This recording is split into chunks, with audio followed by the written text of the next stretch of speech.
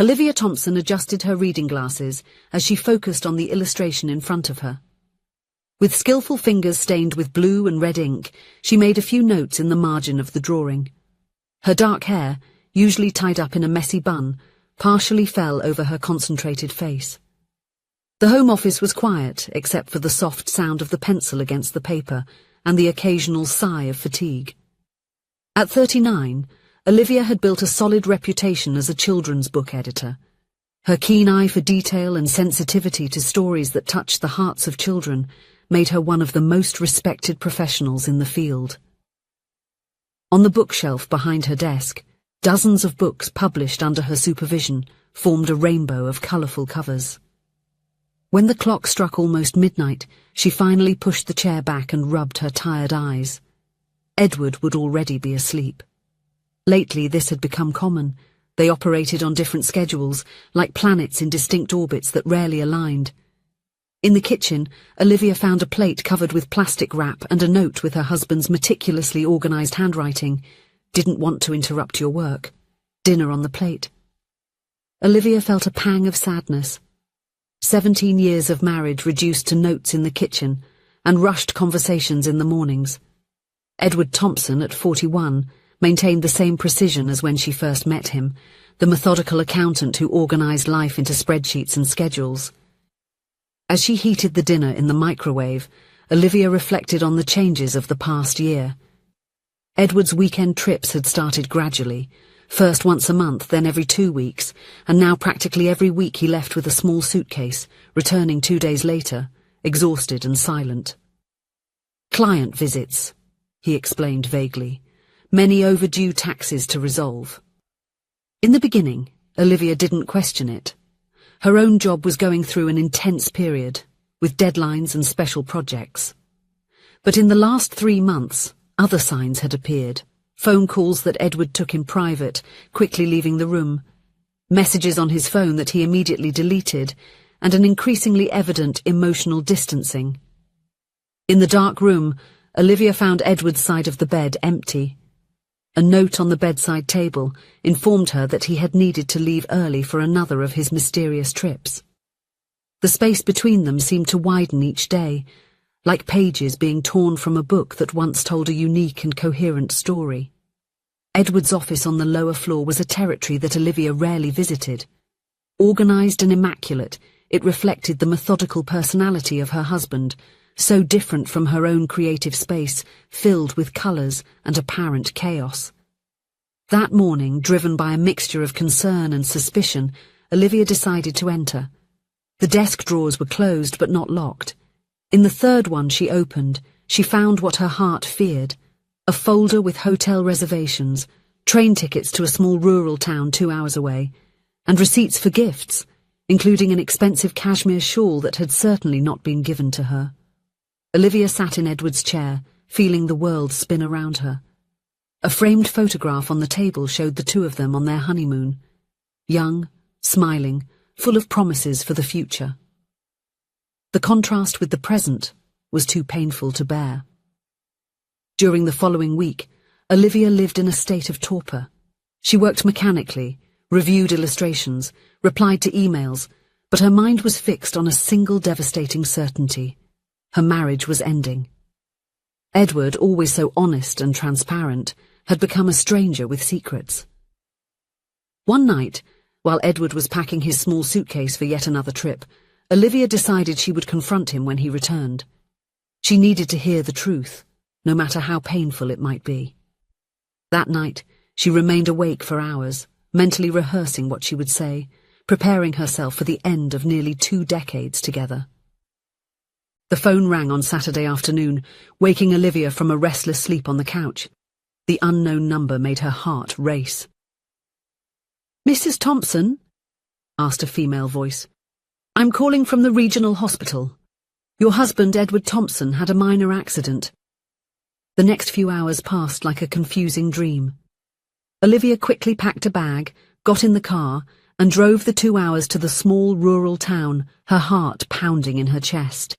The GPS guided her through increasingly smaller rural roads until she reached a community that seemed straight out of an old postcard, Small wooden houses, a church with a white steeple, and green mountains in the background.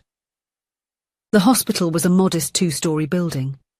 When Olivia identified herself at the reception, the young attendant smiled kindly. "Edward is fine, Ma'am. Just a few scratches from when he slipped while doing maintenance on Martha's house roof. He's in room 103, but—" The girl hesitated. "Actually, Martha asked to be notified as soon as you arrived. She's in the cafeteria." Confused, Olivia walked to the hospital's cafeteria. Who could this Martha be? An elderly lady with white hair pulled back into a perfect bun waved as soon as she saw her. She approached with a slightly unsure gait, supported by a cane, but with a smile that lit up her entire wrinkled face. "You must be Olivia." The lady hugged her, as if they were old friends. "We finally meet. I'm Martha Wilson. Edward talks so much about you. Come, let's go see our stubborn patient." Stunned, Olivia followed Martha through the hospital corridors. The elderly woman talked non-stop as if she were continuing a long-standing conversation. "I told him the roof was slippery, but he insisted on climbing up to clean the gutter. Men, always thinking they're indestructible, just like my dear James. And Carl, too." When they reached the room, Edward was sitting on the bed with a bandage on his forehead and his right arm in a sling. His face paled at the sight of Olivia at the door. "Olivia, you didn't have to come." His voice trembled slightly. Martha looked from one to the other, sensing the tension in the air. With the wisdom of someone who had lived through many stories, she smiled gently. "I think you two need to talk. I'll get coffee for all of us." When the door closed, a heavy silence filled the room. Olivia remained near the door, unable to move closer. "Who is she, Edward?" she finally asked, her voice calmer than she expected. Edward ran his good hand over his tired face. "Martha was the mother of the half-brother I never knew."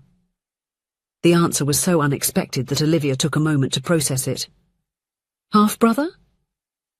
Over the next 20 minutes, Edward revealed a story he had never shared.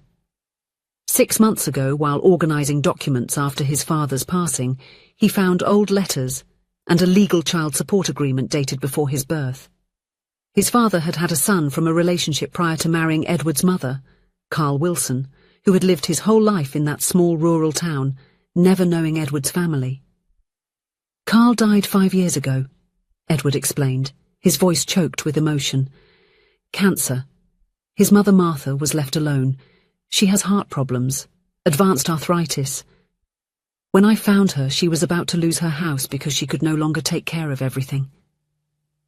Olivia slowly approached the bed, feeling her previous certainties dissolve. "Why didn't you tell me?" Edward looked at his own hands. "At first, I could barely process that my father had kept a son secret for decades. I felt anger, confusion.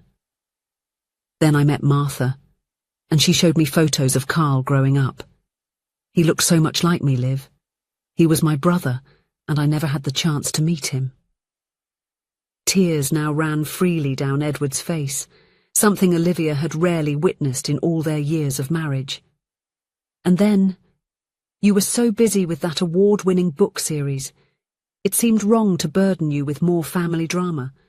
I thought I could help Martha on the weekends without complicating your life." Martha returned with 3 cups of coffee and a compassionate smile. The next few hours passed in a conversation that filled in the gaps of the story. Martha showed photos of Carl from her wallet, a man with a gentle smile who truly had the same eyes as Edward. She told stories about her only son, a literature teacher at the local school, and a writer in his spare time. "He always wanted to publish his short stories," Martha commented with a distant look, "especially the children's book he was writing." Edward was discharged from the hospital in the late afternoon. Martha insisted that the couple stay at her house. Martha's house was an old 2-story building with a large garden. Inside, time seemed to have stopped in the 80s, well-preserved classic furniture, photographs in wooden frames, and a cosy, homey atmosphere. "This was Carl's room," Martha explained, opening the door to a room on the upper floor. I haven't changed much since he left. The room was simple and tidy. A desk under the window was neatly organized, with books on shelves above. On the wall, diplomas and certificates displayed Carl's academic journey. Edward has been coming almost every weekend, Martha confided to Olivia, while showing her the family album. Fixing things around the house, taking me to the doctor, even helping me organize the bills. An angel, just like his brother.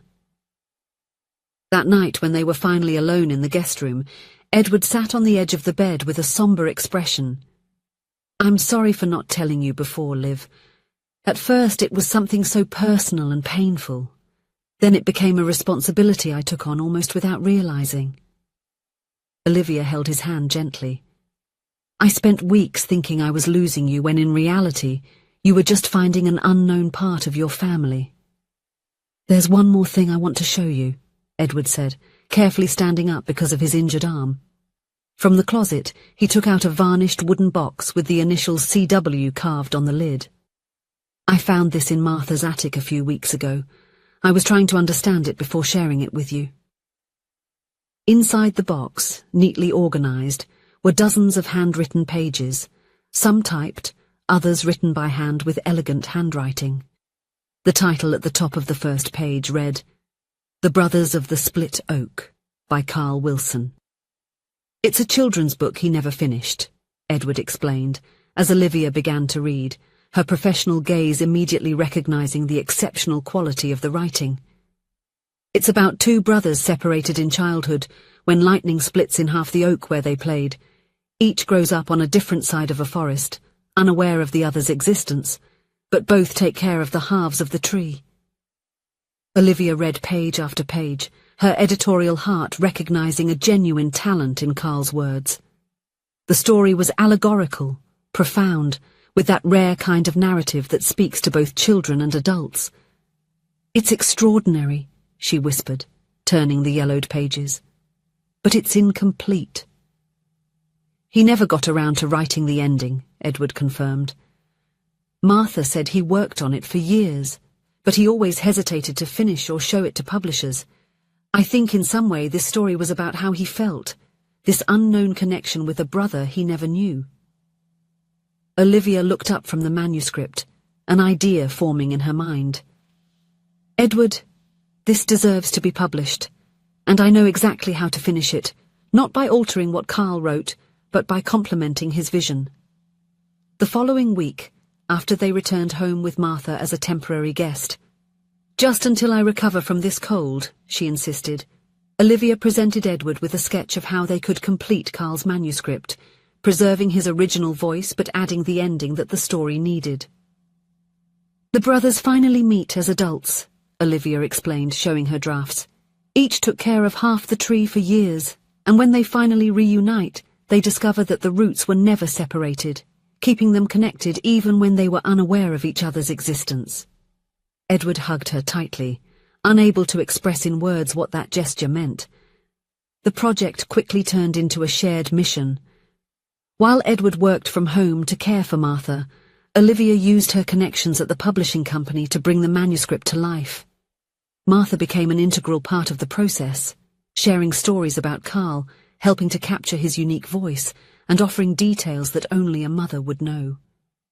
When the first drafts of the illustrations arrived, depicting the two brothers who subtly resembled Carl and Edward, Martha cried at seeing her son's legacy come to life. What had begun as a temporary stay turned into a new arrangement.